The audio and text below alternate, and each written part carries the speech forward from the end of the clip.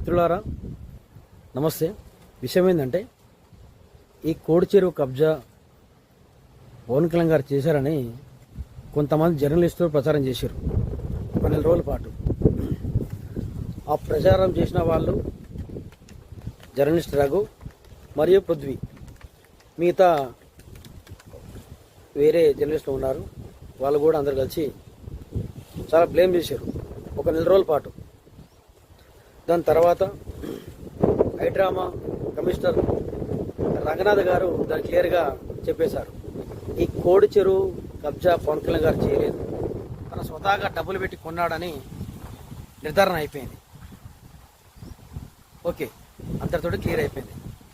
కానీ నెల రోజుల పాటు ఒక డిప్యూటీ సీఎం హోదాలో ఉన్నటువంటి పవన్ కళ్యాణ్ గారిని నిజ నిజాలు తెలుసుకోకుండా, అది రైటా రాంగా నిర్ధారణ చేయకుండా ప్రచారం చేసి బ్లేమ్ చేసి, మేము తెలంగాణ రాష్ట్రంలో కానీ లేదా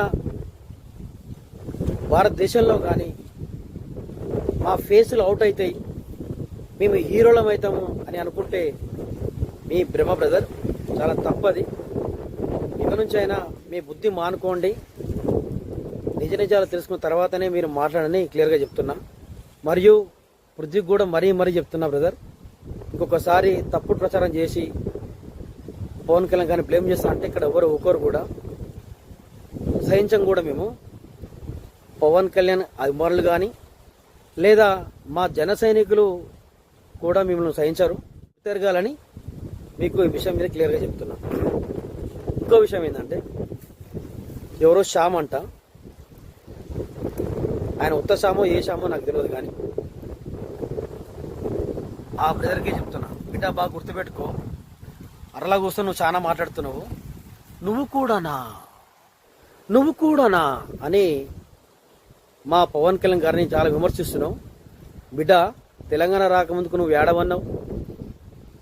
ఏడవన్నావు అని చెప్తున్నా. నా చేతిలో ఫోన్ ఉంది, నా ముందు మైకులు ఉన్నాయి, నాకు నోరుంది, నేను ఎలా పడితే అలా మాట్లాడతా అంటే తెలంగాణ రాష్ట్రంలో నువ్వు ఏడ ఉన్నా సరే చెప్పు దెబ్బలు పాలవుతావు. నేను క్లియర్గా చెప్తున్నా, చెప్పు దెబ్బలు పాలవుతావు. ఒళ్ళు అదుపులో పెట్టుకొని మాట్లాడితేనే బాగుంటుంది. లేదు నీ ఎట్లా పడితే అట్లా మాడతా అంటే ఎవ్వరు కూడా ఒక్కోరు. చర్యకు ప్రతి చర్య. ఒక మనిషిని గౌరవించడం మన కల్చర్, అది ఓకేనా? ఆ వార్డుని బాగా తీసుకొని చాలా జాగ్రత్తగా మాట్లాడు.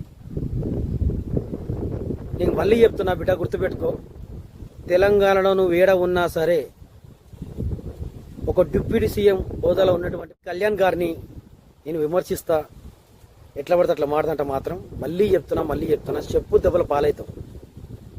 మా పవన్ కళ్యాణ్ అభిమానులు ఊకోరు నిన్ను, మా జన సైనికులు కూడా నేను ఊకోరని క్లియర్గా చెప్తున్నా. ఖబర్దార్ బిడ్డ. జై హింద్.